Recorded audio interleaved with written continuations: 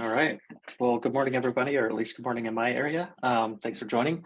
I'm Frank Laub, the CTO and co-founder of RISC Zero. Yeah, today we're going to talk about continuations, which is an exciting new feature to allow large programs to be run efficiently within our zkVM. All right.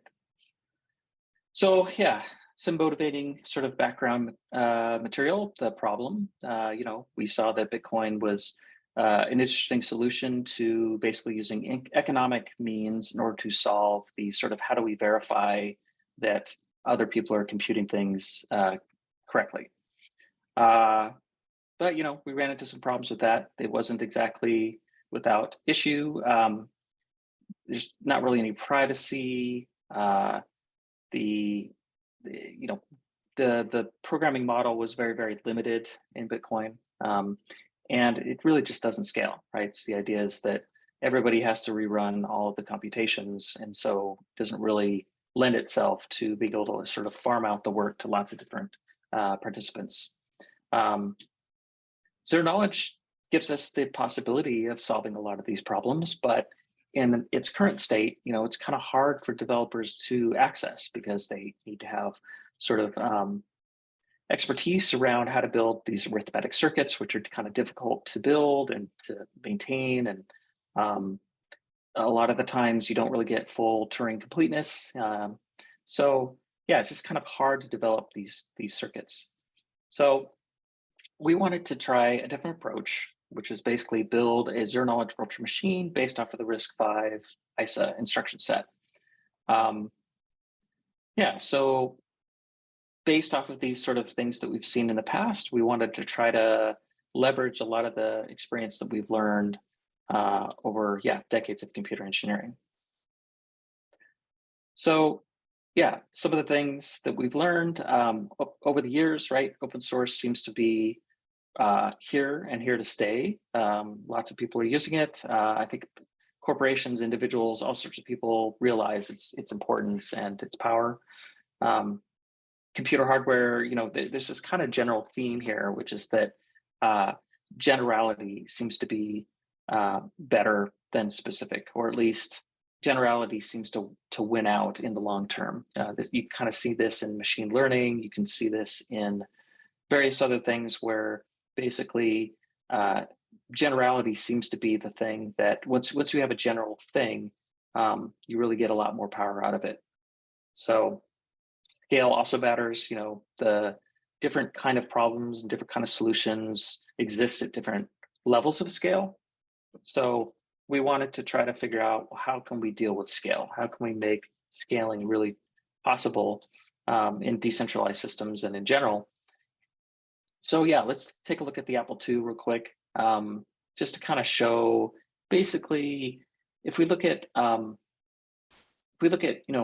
how much computation has grown, like the appetite for computation and the appetite for data just keeps going up, and we seem to find more and more uses of that computation, right?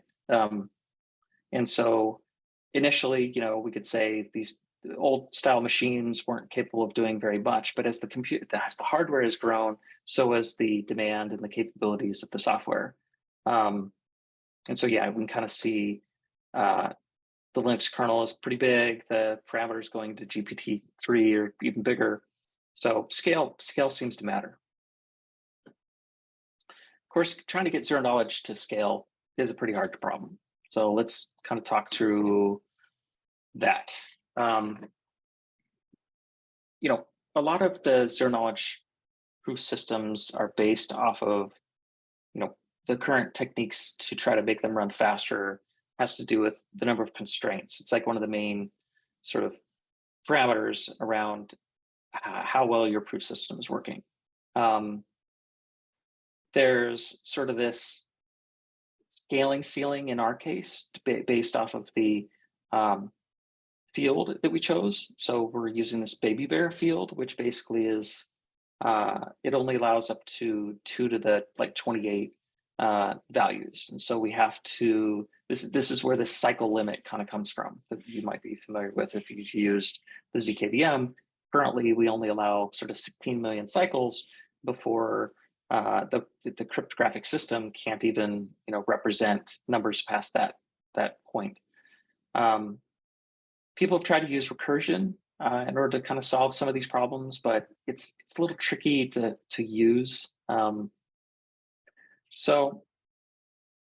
Yeah, it's tricky in practice, right? So yeah, what if we could figure out a way to make zero knowledge proof systems, or the programs that run within these systems, kind of automatic? What if we could automatically make these things scale in such a way that developers don't even have to think about it? So that's kind of what we come up with here.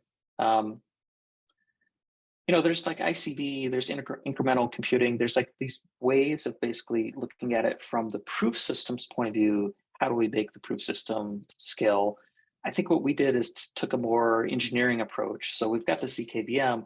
How can we get the zkVM? If we look at the zkVM, is there a way to sort of make the program execute in a way that we can make scale? And so our approach is basically, let's split the execution up into separate parts. We call these segments. Once you split them up into separate parts, you can now prove each one of these parts independently. So there's a first phase where we have to basically run the entire thing in serial. But once that's done, we can do the proving of each part in parallel. And then, of course, we can use recursion to do a roll-up where we get a single succinct sort of proof at the very end. So yeah, what's nice about this is, yeah, the programmer doesn't have to know anything about it. The execution engine can basically figure out where all the splits need to go. The user can control basically how big each segment wants to be up to the cycle limit. But other than that, yeah, if they wanted to turn down the limit for each segment, they can do that. And what's nice about that is that it uses a lot less memory. And of course, we get parallel proving by doing this. So this is just kind of an example of the host side code to be able to configure and execute the executor, and then to request a proof. So yeah, we can kind of see the execution environment. We're setting up a builder. We're basically giving it what the segment limit wants to be, and this is specified with it through powers of 2. We add some inputs. We go ahead and run the execution, get provided a given ELF file. And then we have this sort of session callback mechanism where we're going to be calling the executor, and every segment that gets produced as we're running the execution gets collected here into this file segment. We can store these segments on disk. And the reason for that is so that we can kind of keep our execution memory, the memory needed for execution can remain fixed, so that we don't need to sort of, as you keep running segments, each segment's going to cost a certain amount of memory in order to keep all that resident. So if we kind of swap it out to disk, we can keep the fixed amount of memory cost for the execution. And then later, I've got the session. I can now kind of prove the entire session, and what I get back is a receipt. The receipt contains a bunch of segments, and I can also get the journal out of the receipt. So it's kind of similar to what we had previously. The API is a little bit different now, but the basic gist is that we have this execution phase, we have a proving phase, and then you verify, take the receipt, send it to the other party, and do a verify. I should mention that there's two kinds of receipts that we currently support, and one is sort of this flat continuations, and the other one is like a rolled up continuation. So flat continuations means run the executor to split it up into multiple segments, and then when I call prove, what I get back is a list of a collection of receipts, one receipt for each segment, and you can then verify each segment independently. The other thing you can do is ask for a rolled up proof, which basically returns a single receipt. And by verifying that single receipt, I can go ahead and ensure that the entire session was run properly. Can I ask a clarifying question? Yeah, go for it. Yeah, I guess One thing it's like I've been talking about is like what actually is a segment like in terms of memory, like what's actually stored in a segment, and why is it that a chain of segments actually constitutes a full computation, actually proves a computation. So I have some material in a little bit that goes into the details of, I guess, what a segment is. So Great. yeah, let me see if that answers your question in just a minute. And if not, we can dive into more details. Yeah. Yeah. So right. So we have this execution, which basically basically takes a snapshot of the idea is that we have a memory state. So you can imagine that you've got the computation that you're doing, you've got some sort of program that says go and run all these instructions. Those instructions are going to make side effects. They're going to cause different parts of memory to be read or written to. And the idea is that we want to take a snapshot of this memory state. And then when we want to continue, like if we pause one segment, we stop the execution of one segment, and then we want to continue that execution on a different segment. The trick is, well, how do we make sure that these two segments are related to each other? How do we make sure that, cryptographically speaking, everything is verified so that people can't sort of inject their own instructions in between, or they can't like play around with the verification of the computation. So the idea is, let's get a snapshot. Let's then prove through various means that the snapshot from one relates to the snapshot of the second. So yeah, that's how we do the splits. We use a Merkleized data structure. I'll get into that in a little bit on what that looks like. So yeah, this is kind of a representation here of the execution. We do this kind of pre-flight, we call it, which is basically running the execution in serial to figure out where all the splits need to go. It also does things like record all of the host guest IO, the interaction with the host. All that stuff gets collected during the pre-flight. Once that's done, we can then farm out. We can take each segment, segment one, segment two. All these segments can be farmed out to different machines potentially, and each segment can be run in parallel, independently. The proof, I should say. Once that's all done, you can imagine you've got these leaf nodes of proofs for each segment. We can then do these join operations, which is kind of a recursive operation where we can run the verify of the A and B together into a single segment or session, and that's what we call the join sort of predicate. If you do this enough times, you kind of do this in a binary tree fashion, you finally get a final succinct proof at the very end. And so, okay, so let's look at the memory snapshot. So what we did is we kind of looked at the idea of, how do we verify that one segment is related to another? It kind of comes down to this whole notion of this image ID.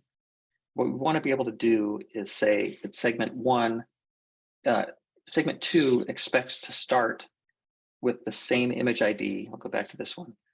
So if we say that A and B are both image IDs, what we want to do is prove that when segment two starts, we expect the starting image ID to be whatever the result of segment one was, and it's going to produce a new image ID, in which case, we want to make sure that we're always going from A to B to C to C to D, D to E. And so what is the image ID? It's basically the root hash of a Merkle tree, and that Merkle tree is made up of all of the hashes of pages in memory. So what we did is we kind of borrowed some sort of like operating system technology where, they have this concept of a page, which is essentially a sort of, if you take all your memory and split it up into chunks, call it a page, 1 kilobyte is the size that we're currently using. Then what we do is we can do a hash of that page that becomes an entry in the page table. The leaf nodes in the Merkle tree are all sort of the entry, hash entries for all of the pages in memory. Now there's this funny thing that happens. Eventually, there's kind of this overlap where we build this Merkle tree with, it's not a binary Merkle tree. We sort of, the arity is pretty large. It's like however many entries, however many hashes that you can fit into a single page, that's the arity of this Merkle tree. So there's this kind of overlap that happens if you imagine the page table starts with all just the user memory, but eventually the first, the beginning of the page table itself is actually inside the page table also. So eventually, at the very end of this page table, you end up having sort of a root page, which is sort of the summary of all the other previous pages, and the final hash. If we take that final root page and we hash it, we finally get this image ID, and that basically tells us, that it's basically an efficient way to represent, the verification of an entire memory image, which is currently it's about 192 megabytes. Yeah, that's basically what an image ID is. So I guess I'll stop there for a second and see if, there's questions, or I can try to explain that a little better.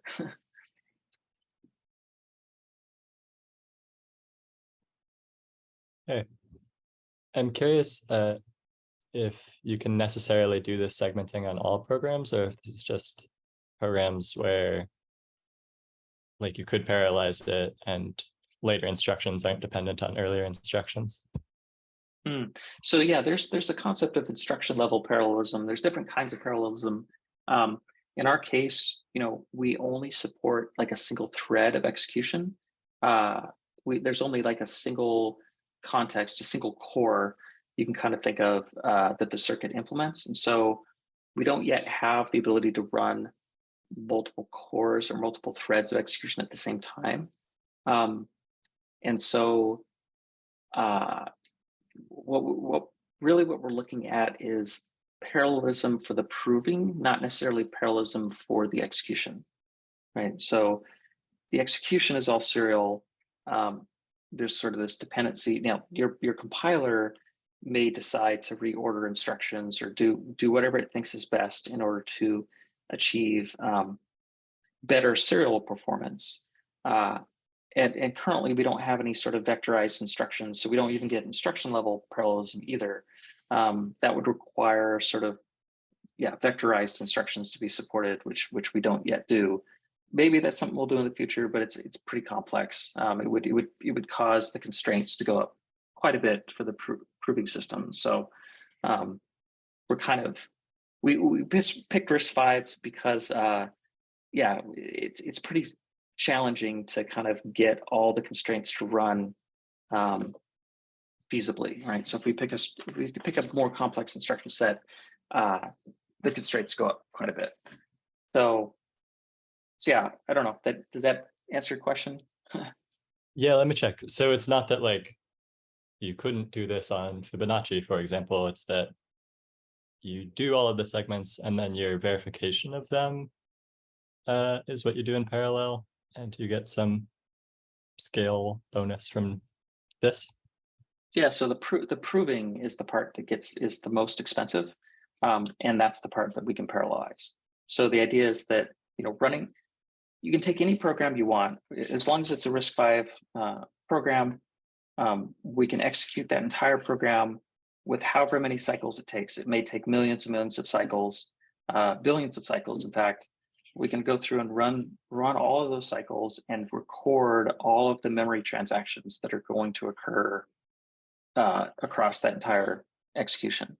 So that's kind of the serial part. But that part we can run pretty fast because we aren't doing any proving. We're just purely emulating the actual RISC-V architecture. We could, in fact, even run the execution on a real piece of hardware if we wanted to, provided that we had this sort of introspection. We could watch all of the memory transactions going by. But it is possible in theory to basically run the execution phase in real hardware, so it goes really fast. But then doing the proving, we can basically split transparently. We can just basically decide where the splits need to go. And inject some overhead. There's like page ins and page outs. There's basically, whenever a piece of memory is accessed, we need to do this page in operation, which is basically go and on demand, when a piece of memory is accessed, go and hash the page that piece of memory comes from. And then, we're going to do this sort of tree of hashing. We're going to do that. It's kind of like an inclusion proof where we hash up the tree through the Merkle tree and verify that the image ID is the one that the user has selected.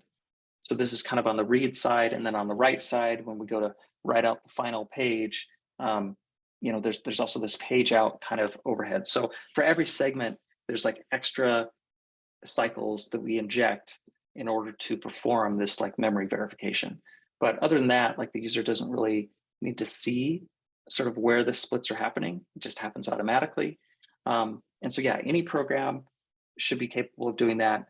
And the parallelism you get is from the most expensive part, which is the proving, constructing a proof for a given segment. That's the part we can parallelize. Thank you. That's very helpful.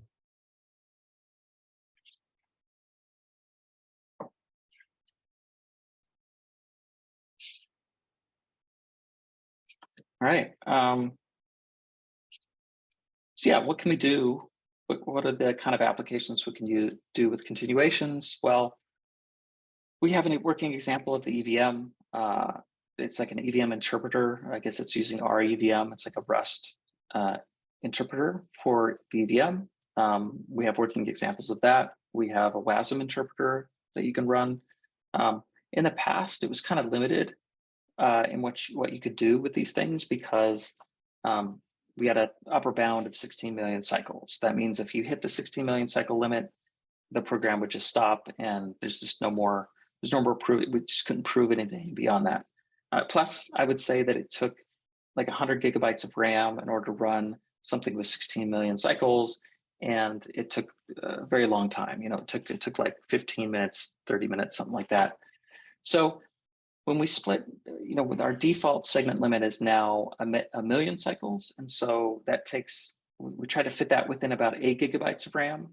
We're trying to fit this on sort of consumer grade hardware like GPUs. And so we can actually, each one of these million sized cycle segments can run in parallel, assuming that you have enough machines so you can go wide. We can make it scale in that way. So now developers can kind of write fairly long programs. One of the ideas is, could we run GCC or like a compiler within the virtual machine? It'd be interesting because perhaps we could help solve some of the supply chain sort of issues that we've run across. If we could run a whole build inside of VM, that'd be interesting. zkML, obviously requires lots of computation, so we shouldn't be limited anymore on sort of how many cycles it takes to run something. Yeah, so yeah, that's the question. What can we do with this thing? Yeah, that's what's new.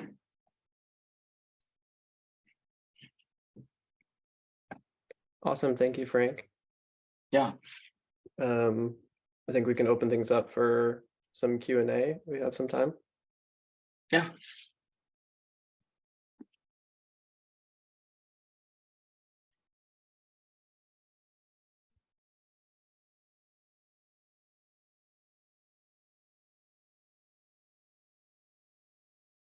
It looks like we have a hand up. Oh, go ahead, Vivek. Hello. Go ahead, Vivek. Hello. Yeah, go ahead. So can this be compared with the performance of, rewriting the prover in terms of vectorized, kind of functions like that takes supports from AVX2 or any GPU vectorization, etc.? Yeah, so that's a different way to sort of make programs run more efficiently. If you have more cores, if you have more, so generally the way that the computer, the way that like people have tried to make computers run faster is we add more resources, we add more cores, that's one approach, or we add more logic to a core so that we can do more pipelining, we can sort of superscalar execution, all these kinds of things. In our case, like we don't really have that as something that's available to us because the number of constraints for the proving system is already really, really high in order to implement just the bare bones sort of risc-v instruction set. And so vectorization would be something that would be interesting to try to make things run faster. But in our case, it's not really like memory access doesn't really cost anything in the proving system. Vectorized instructions wouldn't really give us much benefit because really when we convert the software, we convert the set of instructions into the set of constraints that are run through the proving system, the performance characteristics change quite a bit compared to like traditional computation. So for the execution phase, right, the place where I'm basically just running every instruction in sequence, yes, there's a potential for making that phase go faster if I had vectorized instructions or if I had multiple cores or something like that. But the very large sort of bottleneck isn't really the execution, it's the proving. And the proving takes a lot of memory, it takes a lot of computation. And so really the trick is to make proving go faster, we have two main things that we can do. One is we can try to reduce the number of cycles in our program. So like just have less cycles essentially. Vectorization doesn't necessarily give you less cycles, it just kind of combines multiple operations into a single instruction. It's kind of what vectorization is about, right? It's like single instruction, multiple data. That's kind of the idea there. And again, accessing data within the proving system doesn't really cost anything. So we wouldn't expect to see a big benefit from like single instruction, multiple data in the proving system. And then the other approach would be like multiple cores, but again, that would just be lots more constraints. I suspect that, multiple cores wouldn't really be a way to make the proving system perform any better. And so we don't really have those two traditional tools at our disposal. We really want to reduce the number of cycles or do this kind of splitting technique where we can now run each of the proofs, each segment independently. We can run when we go to prove each segment, we can have it run in a different on a different machine or different hardware, and that's the main part that we're trying to parallelize. So it's not really parallelization of the program or the instructions or like anything that developers are normally familiar with. It's more like we want to parallelize the proving part of it, the most expensive part of the process. Yeah, sorry. So my question was different. So like when you create this session, right? And then the prover will be like, you can invoke multiple prover at the same time on a single machine. And since prover will be on x86, it will like use all the codes and everything available to it to prove the things, right? And you can do the same thing by porting prover to AVX, like something like that, right? Like your prover basically has a lot of functions which can be done in parallel manner, right? So how does those two speed up of the proving process itself are compared? I see. So you're talking about on the proving side. On the proving side, is there ways that we can make use of AVX or parallelization techniques of the host, the host machine, whether it's a GPU or a multi-core machine or a machine with AVX instructions, all that kind of stuff. So we have this thing called the HAL. This is unrelated to continuations, by the way. So this is just purely the proving system has the ability to basically run the most heavy parts of the computation on different kinds of accelerators. So for instance, AVX I would consider as a kind of accelerator. We don't really make use of AVX specifically because the proving system typically, normally, things like machine learning benefit pretty well from things like AVX because you can pack the data in such a way that I can access, like I could do one computation across an entire sort of cell, nearby cells very quickly. And there's a way to sort of pack the data to be able to do that. In the case of the proving system, there's a whole lot of random access that's hard to predict where. It's hard to make sure that they all align. Like we do a technique where we pivot, normally you have rows and columns, we kind of flip everything around. So we have columns and rows, they kind of get pivoted so that we can get better cache coherency and get better sort of instruction parallelism. But the way that we handle all that is that we have this HAL, which is this hardware abstraction layer. And the idea is that, we write a backend kernel either for GPUs or even for the CPU.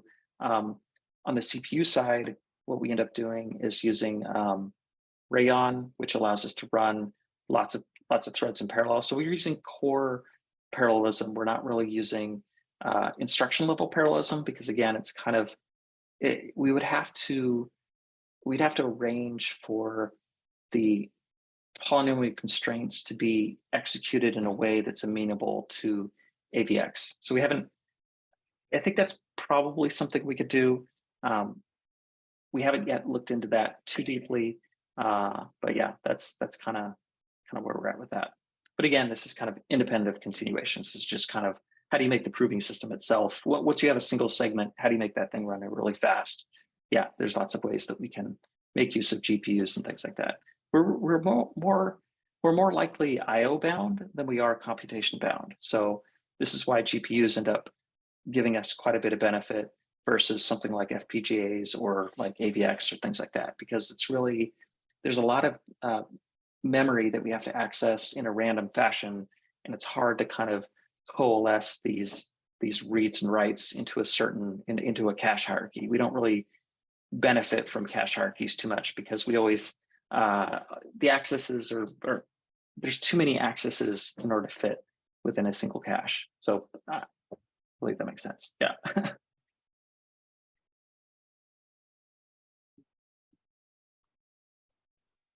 Yeah, thank you.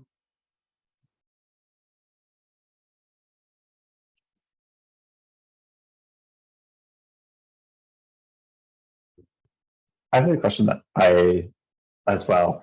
How does this compare to the other major way of getting like unbounded length proofs at this point, unbounded computation, which is folding? Like, so how does continuations and folding compare and contrast?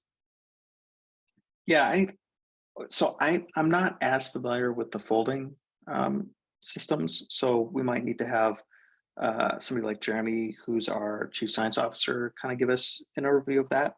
That's more of sort of on the cryptographic proof system side. And I think this continuations approach is more, let's take an operating systems engineering approach to kind of making this thing work. So it's a little hard for me to compare and contrast, I guess. Yeah. Good question though.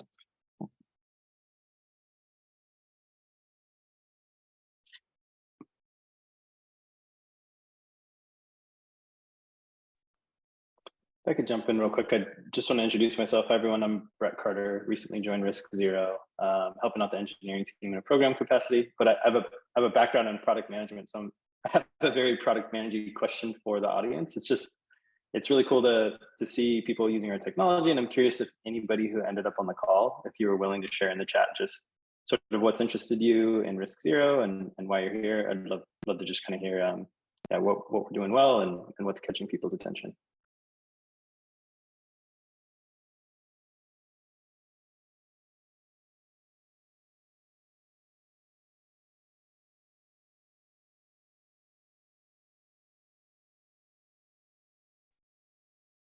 I'm Morgan. This is my second day. Been awesome so far. But I mean, this presentation, everything that RISC Zero is doing is just honestly really cool. It's like the internet building the internet that we deserve with this kind of technology we're going over. So I think, a lot of these problems that the engineers and the scientists are trying to solve, like I just think it's really, really, really cool.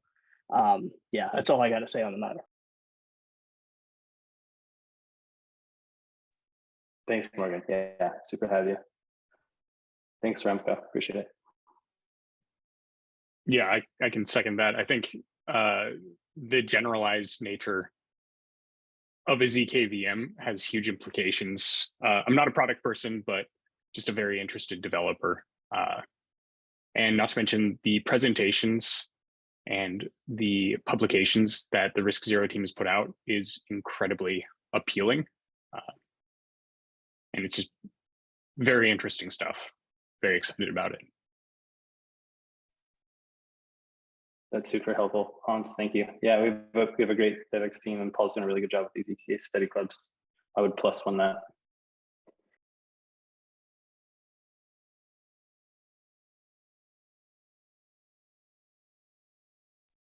Thanks, Kai. I appreciate that.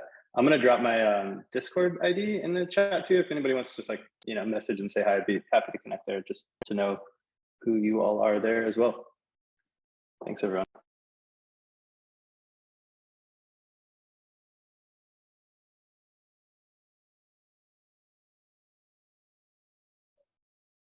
Awesome. Appreciate everyone coming. If we don't have any last minute questions, I guess we can sign off. Anyone have any more questions for Frank or for the team in general?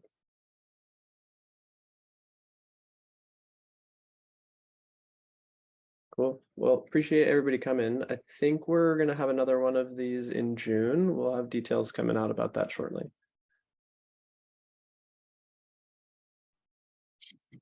Great. Well, thanks, Paul, for putting this together. Really appreciate it. And thanks everybody for attending. Hope you got something out of it. And yeah, have a great day. Thank you. Thanks, Paul. Thanks, Frank. Great stuff. Cheers.